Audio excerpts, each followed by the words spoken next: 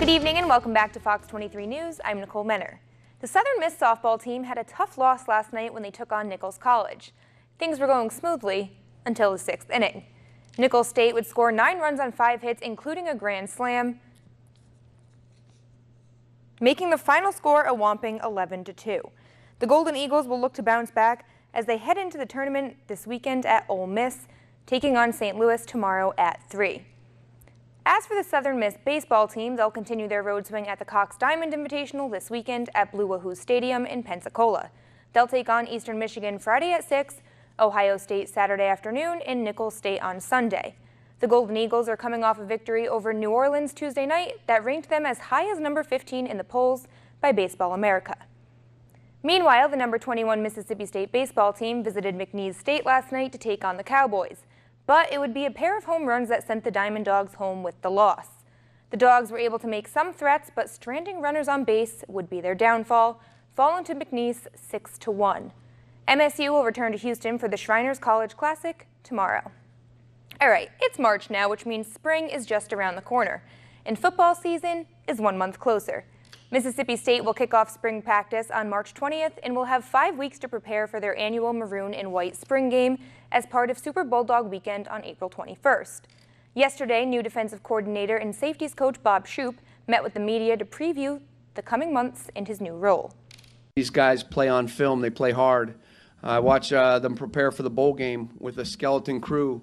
They practiced hard. I've watched them in the weight room. I've watched our morning workouts. There's a great culture here.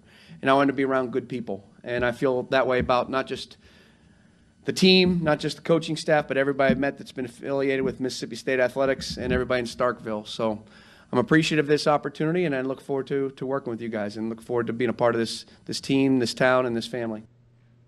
Sticking with MSU football, offensive tackle Martinez Rankin and receiver tight end Jordan Thomas will get their shot at the NFL Combine this weekend.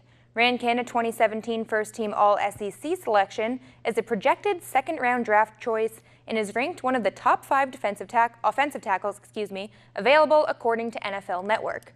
For Thomas, it's his size and speed that make him a likable prospect, breaking out last season with 22 catches for 263 yards and 3 touchdowns. The New Orleans Pelicans were looking to extend their win streak to 7 last night as they visited the San Antonio Spurs. They last played Tuesday night in Phoenix, and it was a big show put on by Anthony Davis that lifted the Pelicans to a win. So would Davis add to his impressive February and put the team on his back once again? Well, it wasn't quite as big as his 53 points on Tuesday, but hey, nobody's perfect. We're jumping right to the good stuff. The Pelicans were down by as much as 15 points in the second half, but yet again showed us that being behind on the scoreboard means nothing. Fourth quarter, 6 minutes to go, and the Pelicans tie it up. 2 minutes left, the game's going back and forth, but look who it is, Anthony Davis with the slam. All right, Holiday's at the free throw line, 22 seconds to go. He clanks it, but Davis flies through for the rebound, draws his own foul, bringing New Orleans up by 3. The Pelicans fight back to win it, 121-116. Davis finished with 26 points and 15 boards, capping off the month of February with a whopping average of 35 points and 13 rebounds. All right, sticking with the NBA and a team who is dominating the Western Conference, the first-place Rockets visiting the Clippers last night. And after all that locker room drama that occurred last month, this was just too good to not show you. Check the replay. James Harden tripping up Wes Johnson. He stares him down and casually drains the 3. Man, it's so rude, but it's just so good. Yeah, but James Harden is like...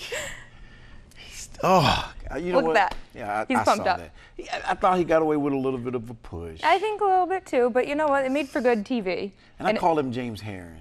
He doesn't play D, so he doesn't need a D in his name.